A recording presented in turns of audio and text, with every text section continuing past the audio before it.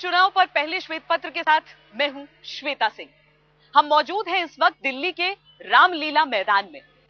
यूं तो पिछली सदी में इसे बनाया इसलिए गया ताकि यहां पर रामलीला का मंचन हो सके, लेकिन महात्मा गांधी, सरदार पटेल और जवाहरलाल नेहरू ने इसे राजनीतिक मंथन का केंद्र बना दिया। 2 साल पहले अन्ना हजारे ने भ्रष्टाचार के खिलाफ आवाज यहीं से बुलंद की थी। तो इसीलिए दिल्ली विधानसभा चुनाव की बारी आई तो हम पहला श्वेत पत्र पेश करने के लिए पुरानी दिल्ली के इसी इलाके में पहुंचे हैं।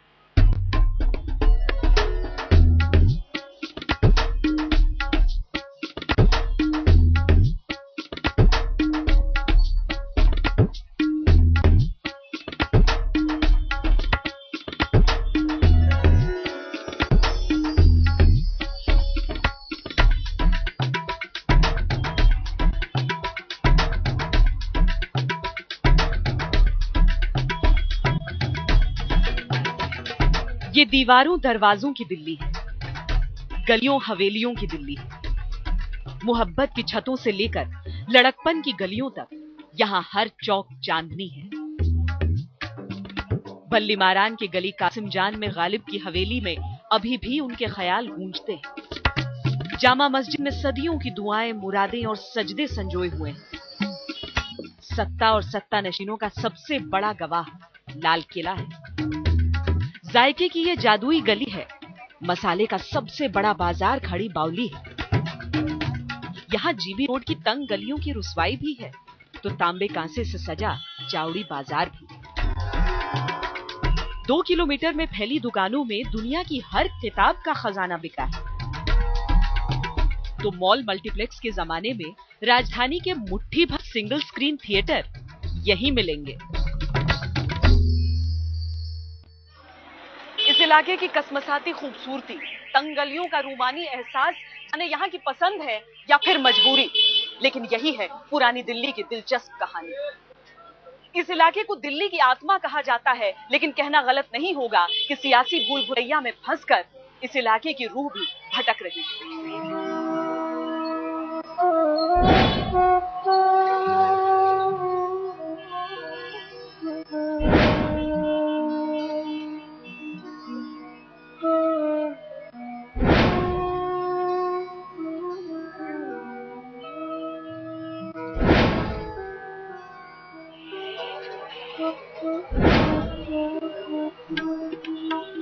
ये सच है दिल्ली के दिल का।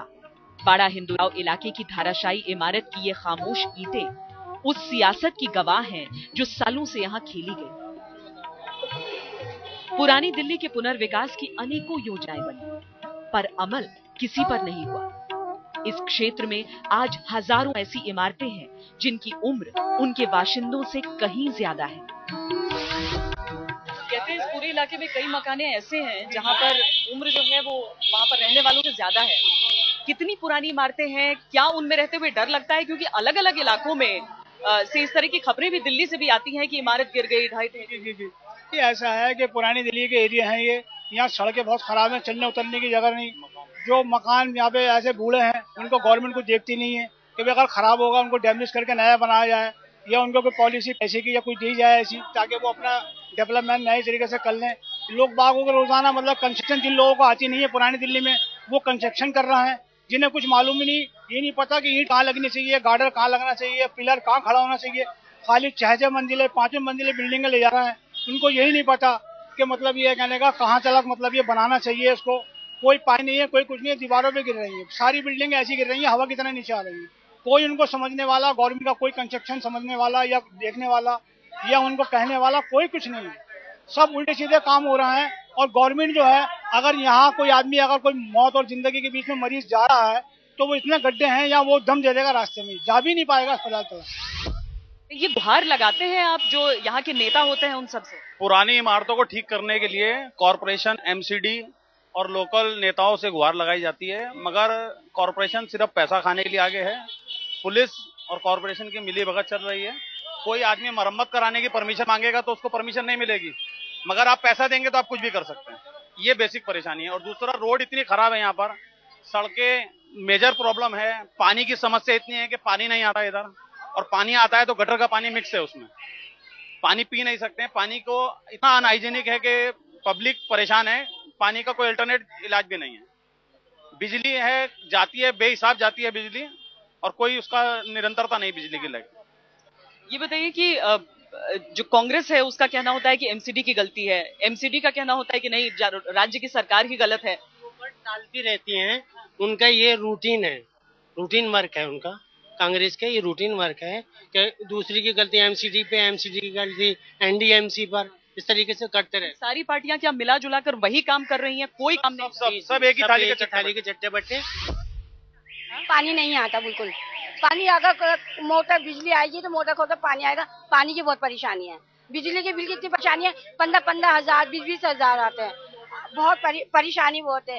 ये बताइए कि यहाँ पर इमारतें जो है बहुत पुरानी दिखती हैं। पुरानी है, बहुत ज्यादा पुरानी है। क्या वो रहता है मन में कहीं दूसरी जगह की खबर अगर सुने कि हवा नहीं है, घास नहीं है, ये नहीं है, वो नहीं है। बीमार आदमी, सिकल सेल थैलीसीमिया के लोग पेशेंट रहते हैं, उनको कितनी प्रॉब्लम है, कितनी परेशानी है, बहुत ज्यादा। तो वो जानते हैं या ऊपर वाला जानता है, साफ बात है। एक नजर से देखें तो समस्या हर जगह वही, उतनी ही पुरानी इमारतें, उतनी ही तंग गलियां नजर आती हैं। समस्याएं एक ही जैसी रहती हैं सबकी, और वादे भी उसी तरह के किए जाते हैं सबको। लोग लुभाए जाते हैं या वो यकीन करना उनकी मजबूरी? वो लुभाने के तरीके हैं, और जब इलेक्शन करीब आता है तो नेता लोग के दीदार हो जाते हैं, और ये बड़ी खुशनसीबी होती है एरिया के लोगों को कि जो है उनके दीदार हो जाते हैं। लेकिन मैं ये मानता हूँ जितने भी वादे होते हैं वो इलेक्शन के वक्त होते हैं, और वो इस तरीके से करके दिखाया जाता है कि अभी पूरा हुआ। लेकिन अगर वो इलेक्शन का रिजल्ट आ जाता है उसके बाद वो फिर अगले 5 साल बाद ही नेक्स्ट मुलाकात होती है, और काम शायद मैं नहीं मानता कुछ होता हो। इस साल लोग बहुत तंग हैं, शायद इलेक्शन में उसका जवाब मिलेगा सरकार को। जो भी होगा पब्लिक जो चाहेगी होगा। परेशान हो चुकी है नेताओं के झूठे वादों से। तो ये अपने उससे कुछ हथगंडों से जीतेंगे, नहीं तो नहीं। हम वोट तो वोटर खिलाफ, पब्लिक जागरूक है, वोटर खिलाफ है। मुगल काल के बने करीब 900 कटरे और सैकड़ों हवेलियां इस समूचे क्षेत्र में हैं। मगर कुछ को छोड़ दिया जाए तो आज ज्यादातर हवेली और कटरों की हालत ठीक नहीं है।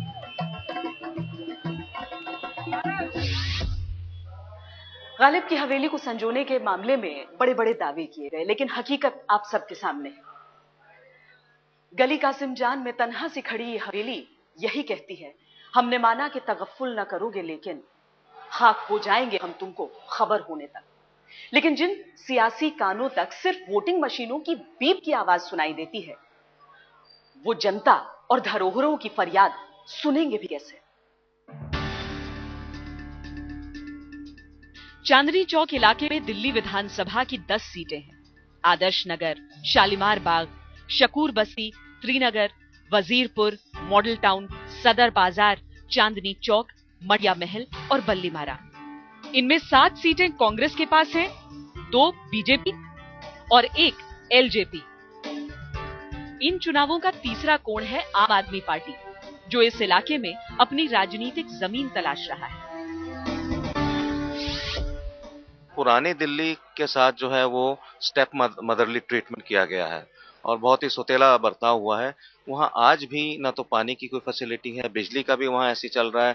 तारें जो हैं आप देखिए, चाहे वो चांदनी चौक हो, चाहे वो चावड़ी बाजार हो, चाहे वो लालकुआं बाजार हो, कोई भी हो, तारें इस तरह से उलझी हैं कि खुदा न खास्ता कभी कोई आग लग गई है, कुछ है तो सारा मतलब पूरा सिस्टम ही जल के खाक हो जाएगा। तो पुरानी दिल्ली को हमेशा हर सरकार ने इग्नोर किया है, चाहे वो बीजेपी की सरकार हो दिल्ली में या कांग्रेस की सरकार हो, लेकिन पुरानी दिल्ली उनके एजेंडे में है नहीं। चांदनी चौक इलाके से सांसद हैं कपिल सिब्बल। अन्ना के आंदोलन से जब दिल्ली हिली थी तो कपिल सिब्बल सबसे अधिक निशाने पर आए थे। उस छीछा लीडर को पीछे छोड़ने के लिए उन्होंने अपने इलाके में कई परियोजनाओं का ऐलान कर दिया। 2 साल पहले मुख्यमंत्री शीला दीक्षित ने केंद्रीय मंत्री कपिल सिब्बल के साथ मिलकर सौंदर्यीकरण की योजना का उद्घाटन किया था। इसके बाद 2 बार और इन्हीं नेताओं ने इसका उद्घाटन किया, लेकिन काम शुरू नहीं हो पाया।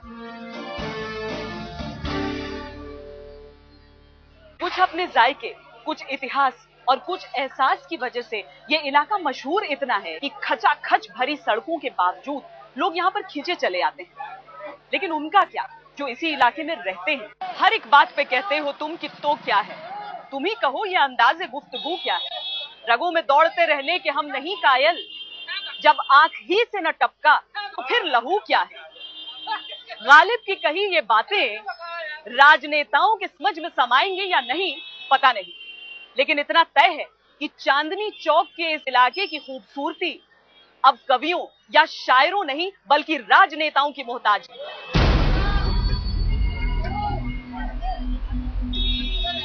इस इलाके को किए गए वादे के अनुसार यहाँ पूरी सड़क के ऊपर बिखरे बिजली के तारों को अंडरग्राउंड किया जाना था, पानी की लाइनें बदली जानी थी, फुटपाथ और सड़कों से अतिक्रमण हटना था और रोड पर मॉडर्न लाइटिंग और फुटपाथ फिर से बनने थे। जो पुलिस वालों की वजह से ये आगे लगी हुई हैं गाड़ियां, जिससे व्यापार डे बाय डे गिरता जा रहा है।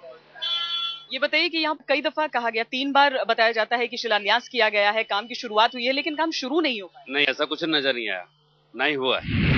बिल्डिंग वगैरह है, जो स्ट्रक्चर वगैरह है वो बेटा काफी पुराना है। जितनी भी बिल्डिंग आप देखेंगे वो तकरीबन 100 साल पुरानी है। अधूरे वादे आदर्श नगर से भी किए गए थे, जिसकी वजह से यहाँ की लड़ाई में कांग्रेस नाम तय करने में बहुत हिचकिचाई। वहीं कोड ऑफ कॉन्डक्ट लागू होने से पहले त्रिनगर और वजीरपुर में उद्घाटन और आधारशिलाओं का मेला लगा दिया गया। वजीरपुर इंडस्ट्रियल एरिया को तमाम रियायतों की बात कही गई है। शकूर बस्ती में जब मुख्यमंत्री शीला दीक्षित पहुंची तो अवैध कॉलोनियों को नियमित करने का लॉलीपॉप दे दिया। सुरक्षा का सवाल भी इस क्षेत्र को अलग अलग तरीके से कचोट रहा। सदर बाजार 97 के धमाकों के बाद संभला पर सुधरा नहीं। मटिया महल, चांदनी चौक और बलीमारान इतिहास संजोने के नाम पर जर्जर इमारतों से जूझ रहे हैं। मॉडल टाउन जैसे अप मार्केट इलाके सुरक्षा का हक तलाश रहे हैं। वादों का मेला लगेगा तो सुहाने दिनों की लुभावनी तस्वीर फिर सजेगी, पर इस इलाके का श्वेत पत्र क्या कहानी बयां करता है? मुद्दों के लिहाज से देखें तो लोगों की उम्मीदें बुनियादी ही हैं। तंग गलियों का विकास हो, खस्ताहाल इमारतों की मरम्मत और रखरखाव पर ध्यान दिया जाए, ट्रैफिक कंट्रोल बेहतर हो ताकि लोग आसानी से आ जा सकें, पीने का साफ पानी मिले और बिजली की जो खतरनाक तारें हैं उन्हें अंडरग्राउंड कर दिया जाए। वैसे इन मुद्दों को वादों की शक्ल में पेश किया भी जा रहा है, पर अलग अलग इलाकों में जब घूमकर हमने दिल्ली को देखा तो इन पैमानों पर कुछ ऐसी सूरत हमें दिखी। तंग गलियों का विकास जो हुआ है वो न के बराबर हुआ है, यानी खराब।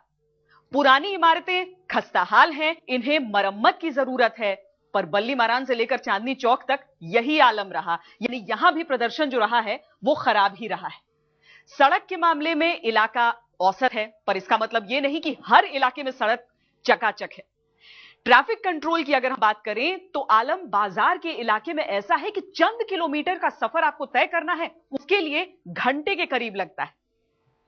अब पीने के पानी की बात हम कर लें तो लोगों को चाहिए साफ पानी, लेकिन यहां भी स्थिति जो है वो औसत ही है, क्योंकि मॉडल टाउन, आदर्श नगर और शालीमार बाग जैसे जो इलाके हैं वो बाकियों से बेहतर है। इस वजह से आपको औसत दिख रहा है, नहीं तो खराब ही होता। बिजली की स्थिति भी औसत है, पर बिजली की तारें जहां तक उनका सवाल है बेहद खतरनाक है। प्लान कई बार किया गया है पर अमल नहीं हो सका है, सड़कों पर मौत बनकर झूलती हैं, इसीलिए हमने ये कहा है। इसीलिए कुल मिलाकर इस इलाके का अगर हम विकास देखें तो वो भी औसत ही है।